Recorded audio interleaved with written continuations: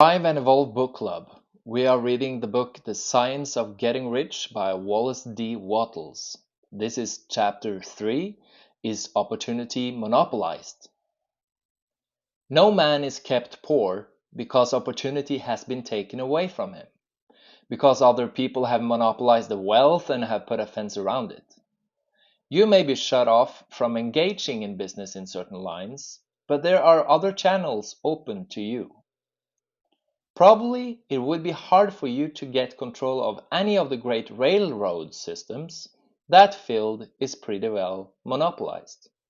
But the electric railway business is still in its infancy and offers plenty of scope for enterprise, and it will be but a very few years until traffic and transportation through the air will become a great industry, and in all its branches will give employment to hundreds of thousands and perhaps to millions of people.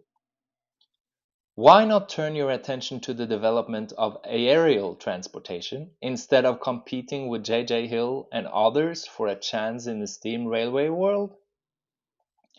It is quite true that if you are a workman in the employ of the Steel Trust, you have very little chance of becoming the owner of the plant in which you work. But it is also true that if you will commence to act in a certain way, you can soon leave the employ of the Steel Trust. You can buy a farm of from 10 to 40 acres and engage in business as a producer of foodstuffs. There is great opportunity at this time for men who will live upon small tracts of land and cultivate the same intensively. Such men will certainly get rich.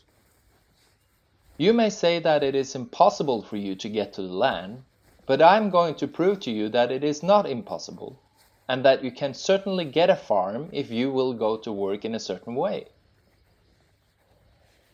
At different periods, the tide of opportunity sets in different directions, according to the needs of the whole and the particular stage of social evolution which has been reached. At present, in America, it is setting toward agriculture and the allied industries and professions. Today, opportunity is open before the factory worker in his line. It is open before the businessman who supplies the farmer more than before the one who supplies the factory worker, and before the professional man who waits upon the farmer more than before the one who serves the working class. There is abundance of opportunity for the man who will go with the tide instead of trying to swim against it. So the factory workers, either as individuals or as a class, are not deprived of opportunity. The workers are not being kept down by their masters. They are not being ground by the trust and combinations of capital. As a class, they are where they are because they do not do things in a certain way. If the workers of America choose to do so, they could follow the example of their brothers in Belgium and other countries and establish great department stores and cooperative industries. They could elect men of their own class to office and pass laws favoring the development of such cooperative industries, and in a few years they could take peaceable possession of the industrial field.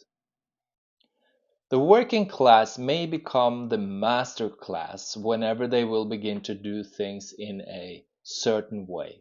The law of wealth is the same for them as it is for all others. This they must learn, and they will remain where they are as long as they continue to do as they do. The individual worker, however, is not held down by the ignorance or the mental slothfulness of his class. He can follow the tide of opportunity to riches, and this book will tell him how. No one is kept in poverty by a shortness in the supply of riches. There is more than enough for all. A palace as large as the capital, Washington, might be built for every family on earth from the building material in the United States alone.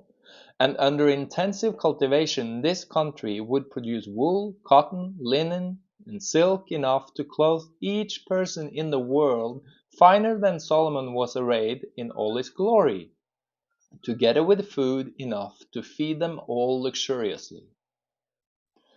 The visible supply is practically inexhaustible, and the invisible supply really is inexhaustible.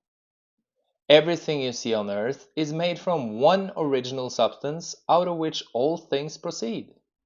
New forms are constantly being made, and older ones are dissolving, but all are shapes assumed by one thing. There is no limit to the supply of formless stuff or original substance. The universe is made out of it, but it was not all used in making the universe. The spaces in, through, and between the forms of the visible universe are permeated and filled with the original substance, with the formless stuff, with the raw material of all things.